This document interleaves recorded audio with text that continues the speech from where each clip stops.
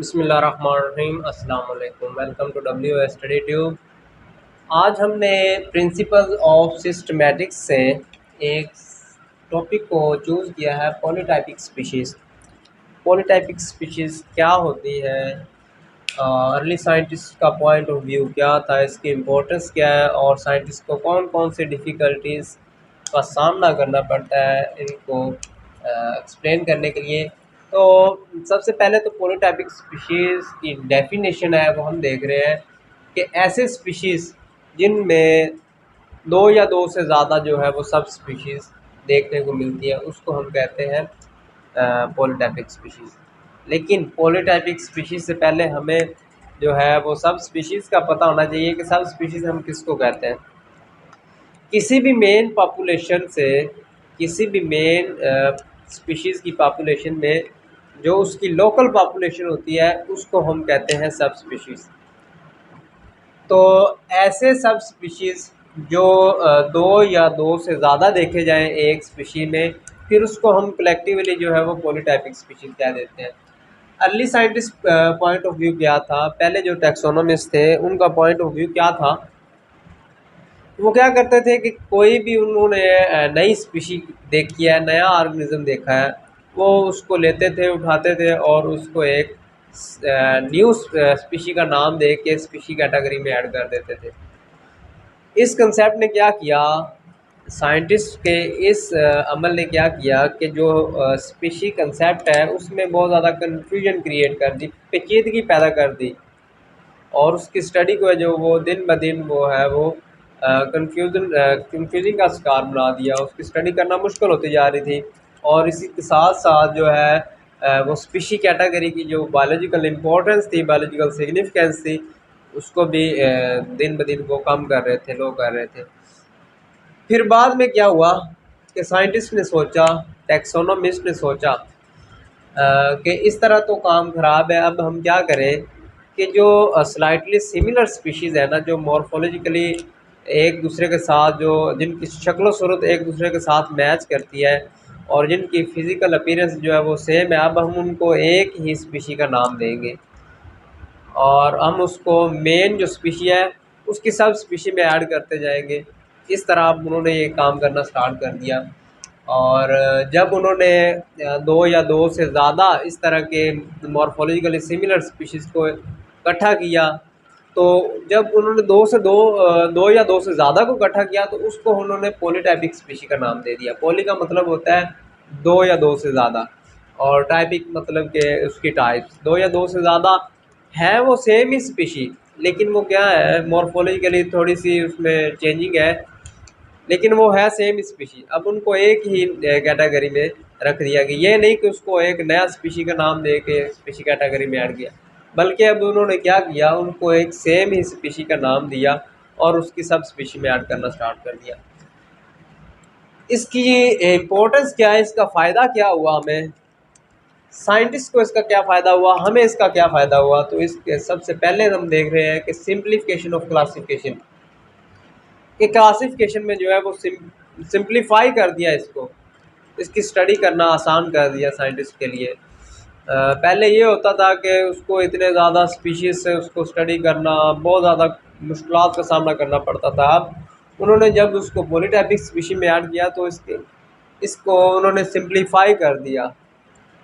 अब मैं नेक्स्ट आपको एक एग्जांपल भी दूंगा, उससे आपको क्लियर हो जाएगा। उसके बाद क्लैरिफिकेशन ऑफ सिस्टम, जैसे चीज़ को सिंप्लीफाई किया जाता है तो उसमें ज़ाहिर बात है क्लैरिफिकेशन भी आ जाती है, उसको क्लियरली स्टडी भी किया जा सकता है। फिर सेकंड स्टेप हमारे पास है क्लैरिफिकेशन ऑफ सिस्टम, मतलब कि उसको उस सिस्टम को उसकी स्टडी को क्लियर कर दिया, आसान कर दिया हमारे लिए। साइंटिस्ट ने उसको अपने लिए भी आसान कर दिया और दूसरे जो उसकी स्टडी करना चाहते हैं उसके लिए भी उन्होंने उसको आसान बना दिया।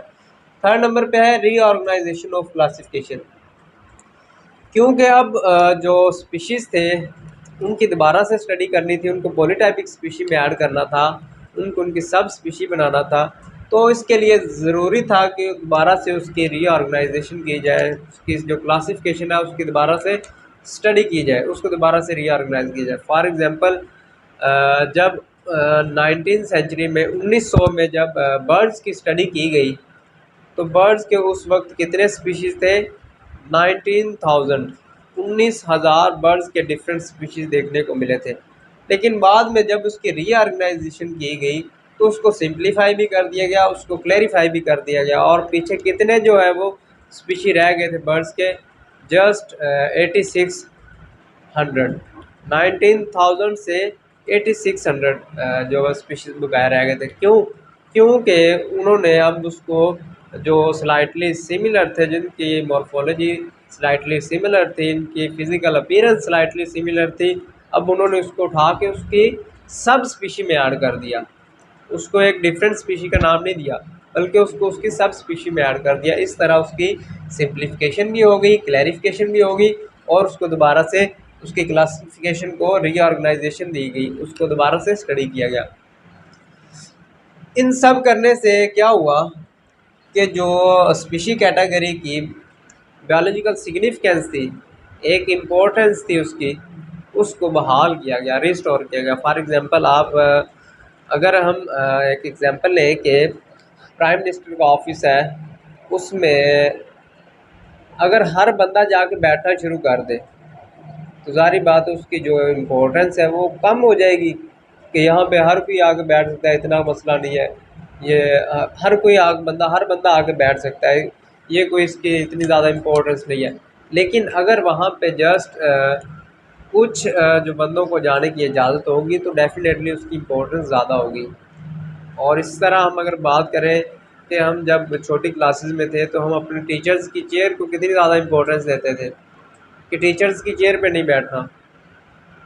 जब हम टीचर्स की चेयर को इम्पोर्टेंस देते थे तो वो हमारे लिए इम्पोर्टेंट थी, लेकिन जब हर बंदा जाके उस चेयर पे बैठ जाएगा तो उसकी इम्पोर्टेंस कम हो जाएगी। यही इसकी एग्जांपल है कि वो साइंटिस्ट पहले क्या करते थे कि जो नया स्पीशी आता था उसको उठा के स्पीशी कैटेगरी में ऐड कर देते थे। लेकिन अब इन सब के करने से क्या हुआ कि जो नया स्पीशी उन्होंने देखा, अब साइंटिस्ट ने उसको नए स्पीशी में ऐड नहीं किया गया। जो न्यू ऑर्गेनिज्म अब उन्होंने डिस्कवर किया, उनको देखने को मिला, अब वो उनको नए स्पीशी में ऐड नहीं करेंगे, बल्कि उस सब स्पीशी में ऐड करेंगे जो उनके साथ मॉर्फोलॉजिकली स्लाइटली जो है वो सिमिलर दिखाई दे। इस तरह से उन्होंने जो है वो स्पीशी कैटेगरी की बायोलॉजिकल सिग्निफिकेंस को रिस्टोर किया। अब ये सारा काम करने में जो टैक्सोनोमिस्ट हैं, जो बायोलॉजिस्ट हैं, साइंटिस्ट हैं, उनको मुश्किलात का सामना भी करना पड़ा होगा। उनको अपनी ऑब्जर्वेशन बहुत अच्छी करनी पड़ी होगी। किस तरह से कि जो मॉर्फोलॉजिकली डिफरेंट स्पीशीज़ हैं उनको वो न्यू स्पीशी नहीं कह सकते। जिन ऑर्गेनिज्म के, जिन स्पीशीज़ की शक्ल सूरत मुख्तलिफ है, एक दूसरे से मुख्तलिफ है, तो क्या वो उनको एक नया ऑर्गेनिज्म कह देंगे, नया स्पीशी कह देंगे? बिल्कुल भी नहीं, बल्कि वो उनकी अच्छी तरह स्टडी करेंगे और चेक करेंगे कि क्या ये इसी स्पीशी का सब स्पीशी है या नहीं। तो इस चीज़ के लिए उनको अच्छी खासी जो है वो स्टडी करनी पड़ेगी, उस पर क्लासिफिकेशन करनी पड़ेगी, अच्छी स्टडी उनको करनी पड़ेगी। अगर हम इस पहले वाली की एग्जांपल लें कि morphological different species are not new species, कि ऐसे स्पीशीज़ जो कि मॉर्फोलॉजिकली शक्ल सूरत जिनकी जो है वो डिफरेंट है, वो नए स्पीशी नहीं है। इसकी अगर हम एग्जांपल लें तो हम देखेंगे एक टाइगर होता है सिंपल, और दूसरा होता है पैंथरा टाइगर। इनकी जो शक्ल सूरत होती है ना, वो बिल्कुल एक दूसरे से काफ़ी ज़्यादा वो चेंज होती है। उनकी फ़िज़िकल अपीयरेंस, मॉर्फोलॉजी उनकी जो है वो एक दूसरे से काफ़ी डिफरेंट होती है, लेकिन फिर भी वो एक एक ही स्पीशी है, वो डिफरेंट स्पीशी नहीं है। ये इसकी एग्जांपल है कि morphologically different species are not new species, कि ऐसे स्पीशीज़ जिनकी मॉर्फोलॉजी एक दूसरे से डिफरेंट है वो न्यू स्पीशी नहीं होंगे। इस चीज़ की स्टडी करने के लिए भी उनको अच्छी खासी वो ऑब्जर्वेशन करनी पड़ेगी साइंटिस्ट को, उनको डिफ़िकल्टीज का सामना करना पड़ेगा। उसके बाद दूसरे नंबर पे है morphologically same species are not same species, कि ऐसे स्पीशीज़ जिनकी जो मॉर्फोलॉजी है, जिनकी फ़िज़िकल अपीयरेंस, जिनकी शक्ल सूरत एक दूसरे से मिलती जुलती है, बल्कि सेम है, अब हम उसको जो है वो सेम स्पीशी नहीं कह सकते। उसकी शक्ल पे देख के, उसकी शक्ल सूरत का अंदाज़ा लगा के हम उसको सेम स्पीशी नहीं कह सकते। इस चीज़ की स्टडी करने के लिए भी साइंटिस्ट को काफ़ी डिफ़िकल्टीज़ का सामना कर, क्योंकि इस चीज़ के लिए भी उनकी ऑब्जर्वेशन काफ़ी अच्छी होनी चाहिए कि क्या ये सेम स्पीशी है या नहीं है। इसमें अगर हम बात करें सबलिंग स्पीशीज़ की, तो सबलिंग स्पीशीज़ मॉर्फोलॉजिकली वो सेम ही होते हैं। यहाँ पे वो मॉर्फोलॉजिकल डिफरेंट थे, लेकिन वो न्यू स्पीशीज़ नहीं थे। यहाँ पे वो मॉर्फोलॉजिकली सेम होंगे।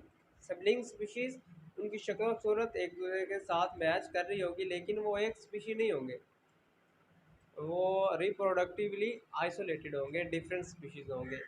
इस चीज़ के लिए काफ़ी मुश्किलात का सामना करना पड़ा टैक्सोनोमिस्ट को इसकी स्टडी करने के लिए, क्योंकि उनके ऑब्जर्वेशन बहुत नहायत उम्दा होनी चाहिए, नहायत आला होनी चाहिए, कि कहीं वो किसी जगह पे मिस्टेक करके किसी गलत स्पीशी को उसके सब स्पीशी में ऐड ना कर दें।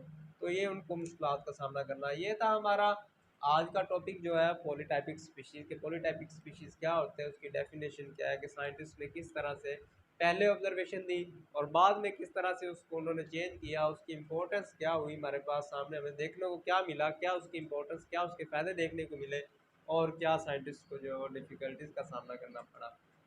तो होपफुली आप लोगों को समझ आई होगी। इंशाल्लाह मिलते हैं अगली वीडियो में, तब तक के लिए अल्लाह हाफ़िज़।